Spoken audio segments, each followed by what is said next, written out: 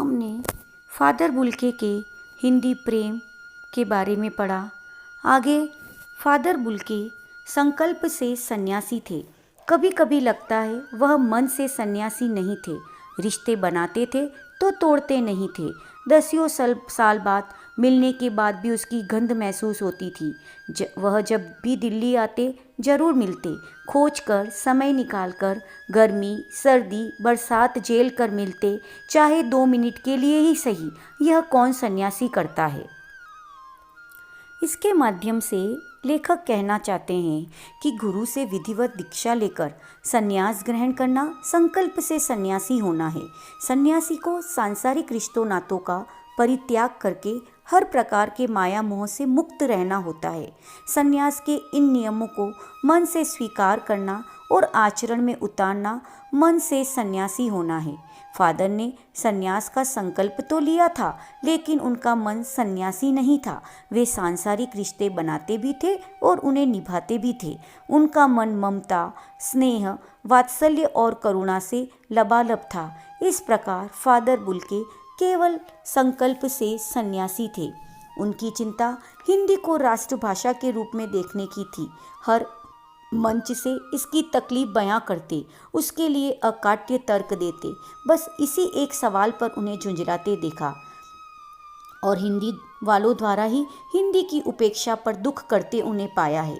घर परिवार के बारे में, निजी दुख तकलीफ के बारे में पूछना उनका स्वभाव था और वे बड़े से बड़े दुख में उनके मुख से सांत्वना के जादू भरे 2 शब्द सुनना एक ऐसी रोशनी से भर देता था जो किसी गहरी तपस्या से जन्मती है। हर मौत दिखाती है जीवन को नहीं रहा। मुझे अपनी पत्नी और पुत्र की मृत्यु याद आ रही है और फादर के शब्दों से जड़ती विरल शांति भी। जब लेखक अपने पुत्र व पत्नी की मृत्यु पर अत्यधिक दुखी थे तो फादर बुल्के ने कहा कि हर मौत दिखाती है जीवन को नहीं रहा। प्रस्तुत पंक्ति द्वारा फादर कामिल बुल्के निराशा में भी आशा का संचार कर देते थे। इस पंक्ति का संदेश है कि मृत्यु अंत का प्रतीक नहीं है। वह इस पर निराश या दुखी नहीं होना चाहिए। मृत्यु एक नए जीवन का प्रारंभ है। मृत्यु के पश्चात आत्मा नया शरीर धारण कर एक नए जीवन का प्रारंभ करती है। अतः मृत्यु पर शोक नहीं मनाना चाहिए। फादर का यह विचार हमें भारतीय संस्कृति और दर्शन की ही देन लगता है। फादर बुल्के की चिंता हिंदी को राष्ट्रभाषा के रूप में प्रतिष्ठित देखने की थी। वह हर मंच से अपनी इस चिंता और कष्ट को प्रकट किया करते थे। फादर अपने परिचित और प्रियजनों के लिए एक वयोवृद्ध पारिवारिक सदस्य जैसे थे। वह हर प्रियजन के दुख और संकट की घड़ी में उपस्थित रहते थे। उनकी उपस्थिति और उनके सांत्वना के शब्दों में जादू जैसा प्रभाव होता था। आज वह नहीं है। दिल्ली में बीमार रहे और पता नहीं चला। बाहें खोलकर इस बार उन्होंने गले नहीं लगाया। जब देखा तब वे बाहें दोनों हाथों से सूजी उंगलियों को उलझाए ताबूत में जिस्म पर पड़ी थी। जो शांति बरसती थी वह चेहरे पर थिर थी। तरलता जम गई थी।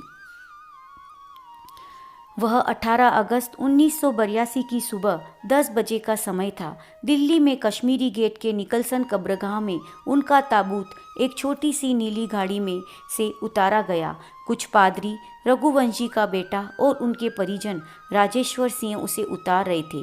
फिर उसे उठाकर एक लंबी, सकरी, उदास पेड़ों की घनी छांव वाली सड़क से कब्रगाह के आखिरी छोर तक ले जाया गया, जहां धरती की गोद में सुलाने के लिए कब्र अवाक मुंह लेटे खड़ी थी। अवाक मुंह खोले लेटी थी। ऊपर करील की घनी छाती, चारों ओर कब्रें और तेज धूप के वृत्त। जैनेन्द्र कुमार, विजेंद्र स्नातक, अजीत कुमार, डॉक्टर निर्मला जैन और मसीह समुदाय के लोग, पादरी गण, उनके बीच में घेरी वसन पहने इलाहाबाद के प्रसिद्ध विज्ञान शिक्षक डॉक्टर सत्यप्रकाश और डॉक्टर रघुवंश भी, जो अकेले उन्हें सक्रिय सड़क की ठंडी उदासी में बहुत पहले से खामोश दुख की किन्हीं अपरिचित आहटों से दबे हुए थे।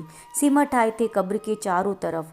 फादर की देह पहले कब्र के ऊपर लिटाई गई।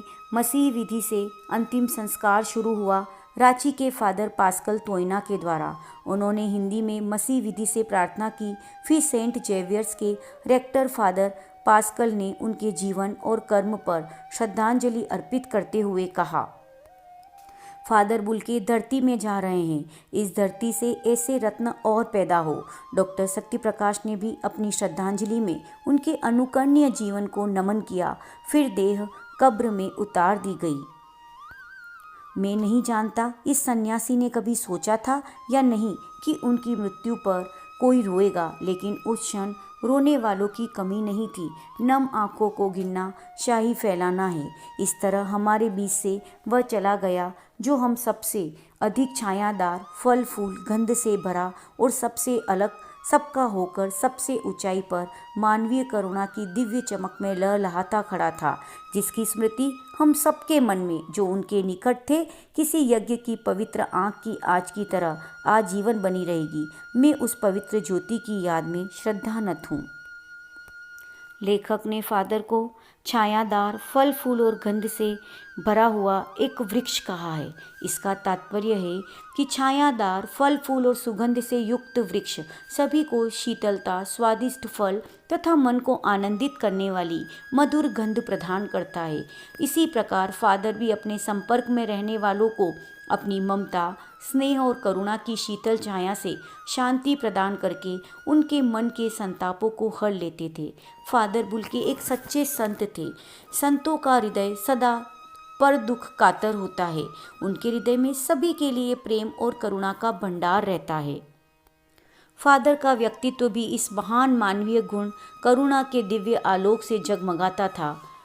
फादर कामिल बुल्के के यहाँ लेखक ने सन्यासी कहकर संबोधित किया है, लेकिन सन्यासी होते हुए भी सभी के प्रति ममता, स्नेह और करुणा का भाव रखने वाले फादर मन से सन्यासी नहीं थे। अतः उनकी मृत्यु पर रोने वालों की कमी नहीं थी।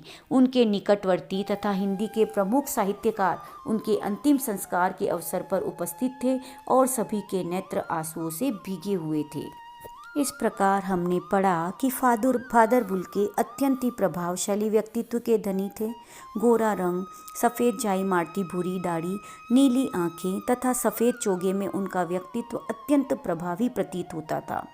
उनके हृदय में समस्त मानव जाति के लिए करुणा थी। वे सुख दुख में सभी के साथी थे। बुल्के ने सन्यासी बनकर भी अपनी कर्मभूमि भारत को बनाया। लोगों के लिए उनकी करुणा इतनी प्रभावशाली थी जो दूसरों के लिए प्रेरणा बन जाती थी, जिससे दूसरों में भी वही प्रेम, वही भाव जागृत होता था। भारत और भारतीयता से प्रेम के चलते बुल्के ने भारतीय भाषाओं का अध्ययन किया तथा गहनता से भारतीय संस्कृति को आत्मसात किया। धन्यवाद।